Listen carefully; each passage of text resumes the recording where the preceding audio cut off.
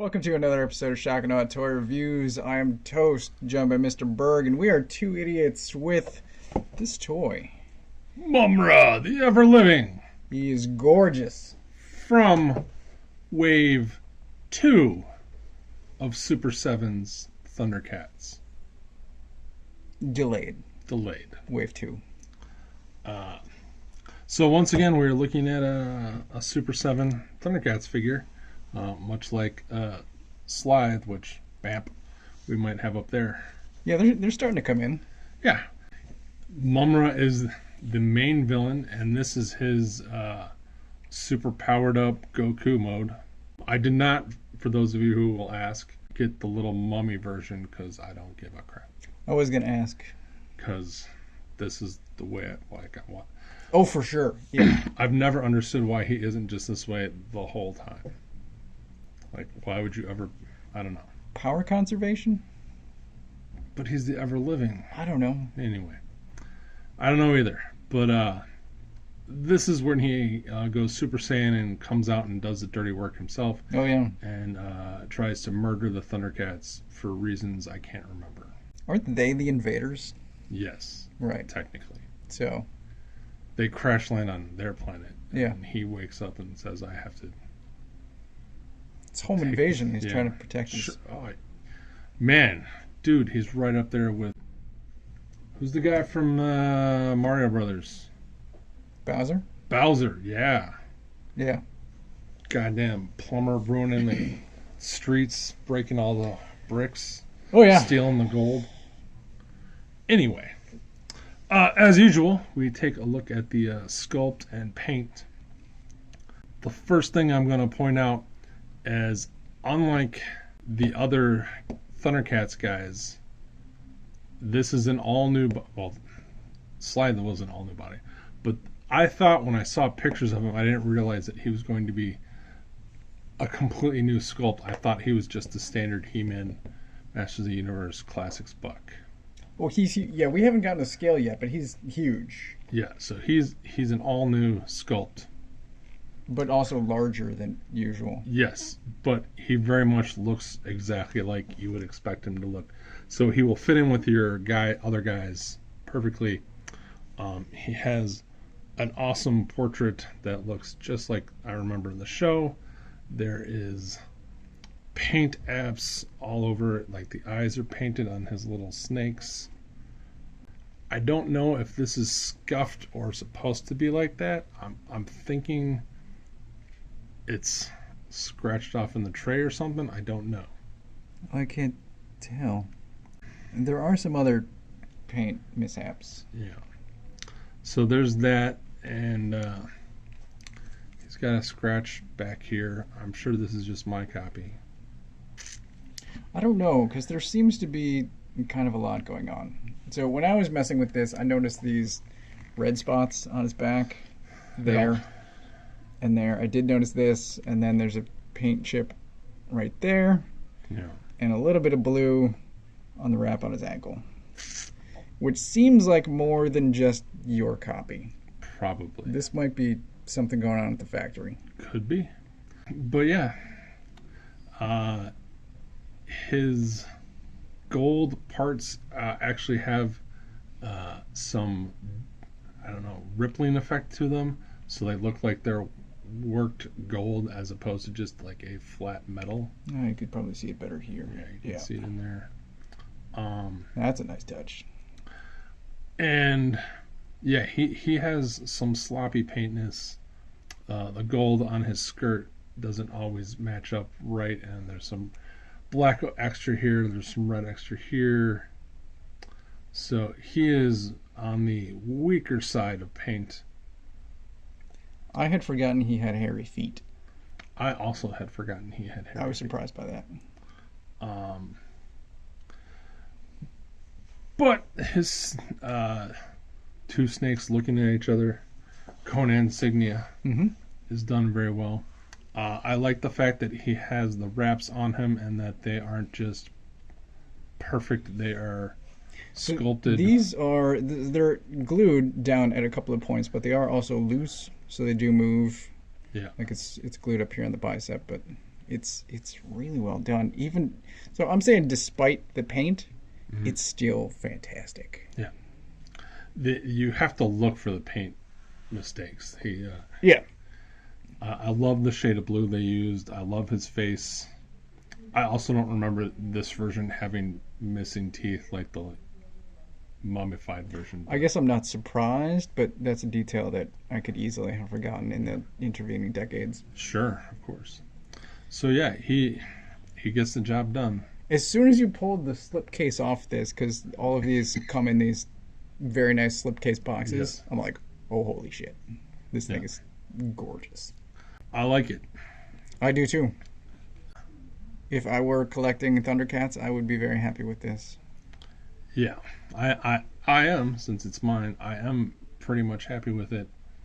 I probably won't even bother to fix the paint because it doesn't bother me that much. Really, on a shelf, I don't think you'll notice. No. Plus, he'll be battling guys, so we'll see. Yeah. But yeah, I really like the wraps because they could have just gone flat pieces, but they got nooks and crannies and such. I will fully admit that they're not as detailed as NECA's Mummy, but then I think that would not look great on this character. He's more True. Cartoon style than real life real life. But yeah, I also like the subtle white on his brow. I like that. Gloss eyes, I think. Yep. Yeah. Very nice. Very reflective. Now, as his stuff is all moving, and we mentioned that some pieces are glued down, he can still move quite a bit. He can't look up and down too much because of his whatever the back of his head is and his jaw, but he can turn side to side. If you take off that stuff, he could look up and down. He does have the joint in there to move. No, he doesn't. I'm wrong. Oh. It is not. It is just a swivel. Wow. It is designed that way. Interesting. I apologize. Idiot. Arms do 360s. Let's check to make sure. Go up and down. Swivel bicep and a Hasbro, Interesting.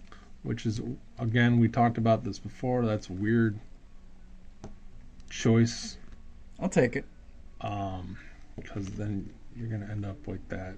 But yeah, and then he has swivel wrists and in and out.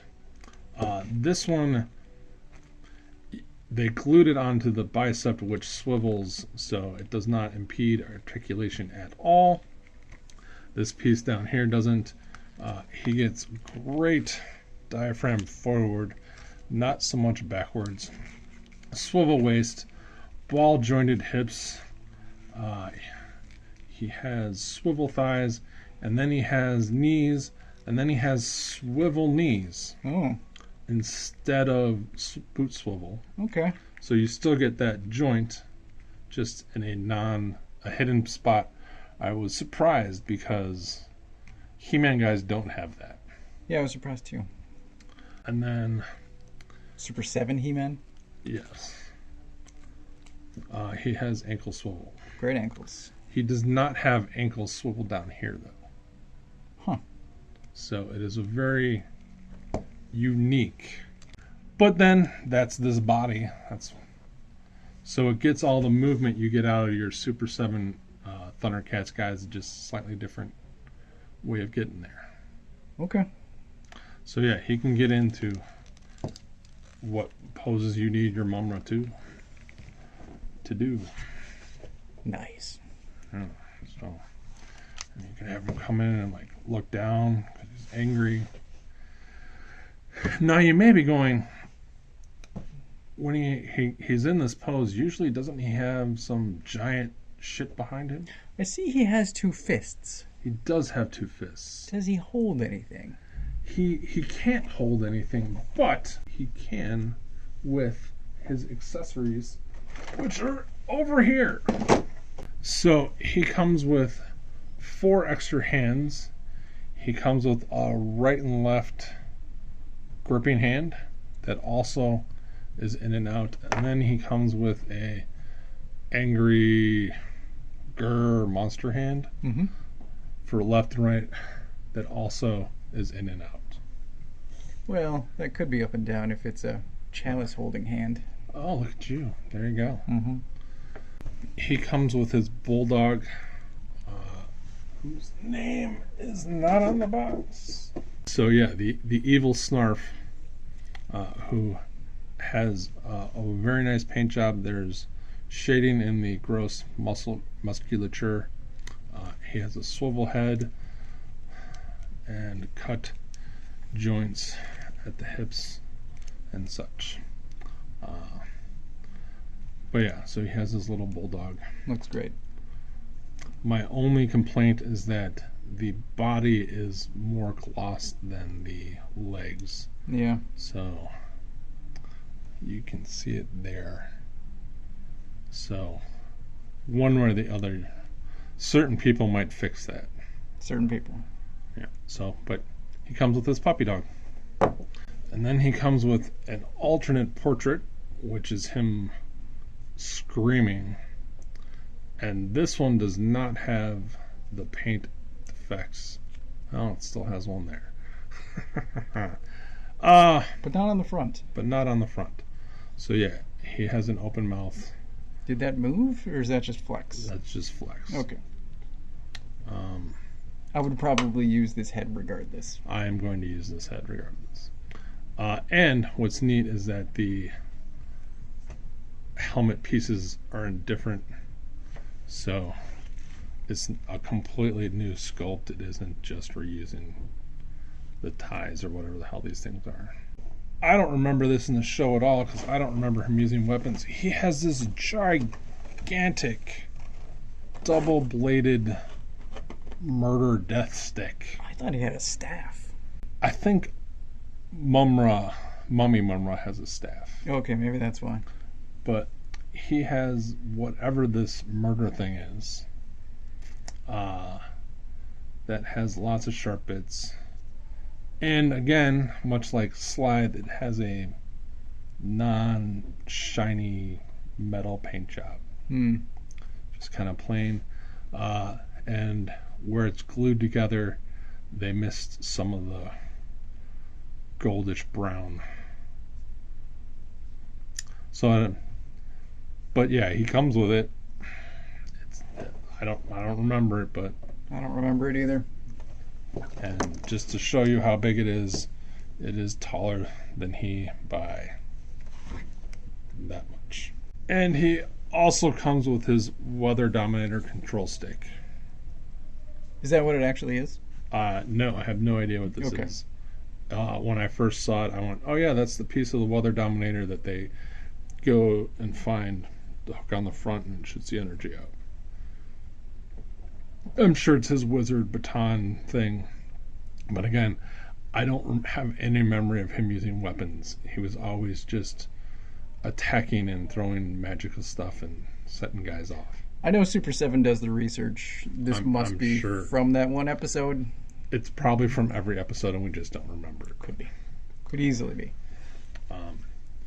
And much like Slide, his hands are super tight. But he can hold that and he's not going to let go. And I'm sure he could hold it, but I'm not going to scrape off any more paint. It's a pretty thick handle. It is a... I'm sure you could get it in there, but it's thick. You can use... Nope, you can't. There you go. Yeah, there you go. Yeah, so this is probably his evil Sword of Omens. So then you're going, great, awesome. Doesn't he have a giant cape and cloak? Yes, he does. A giant red soft goods cloak with wires in 5 spots and all around the top, not on the bottom. It is black on one side, red on the other. It's framed, but it's supposed to be tattered and whatever, so it doesn't bother me at all. Also looks great. And then it has a hole there, a hole here, and a hole here. And I originally went, oh, you must pop off his head and stick that on there. And I'm like, No. that's not going to fit. No. So then I noticed that he comes with a plug in his back that I cannot get off either. Are you supposed to get it off? I thought it hooked around. You think it hooks around? I think. I noticed the thing on his back before I noticed the hole in the cape. It does hook around. Look at you. And then these hook over that peg or that spike. There's a little indent, so I see. That's how you know which one it goes on. This I did not figure out beforehand. So then it attaches, and it's long enough and wide enough. This even comes off. All right, there we go. Now he is shelf ready. And because it's wired, you can do whatever you want, and he looks exactly like he does in the show. And if you put on the crazy angry magic hands, he'll look even more like he does in the opening of the show, where he's like, rah. I love it. And he looks awesome, and it looks great from the back. And yeah, there you go. Very impressive, and yeah, I like it. I'm happy. I want to point out on the back of the box, they show his normal sword that he doesn't come with, that I remember the original LGN toy having. So there's that. It's unfortunate. That's weird. Size comparison.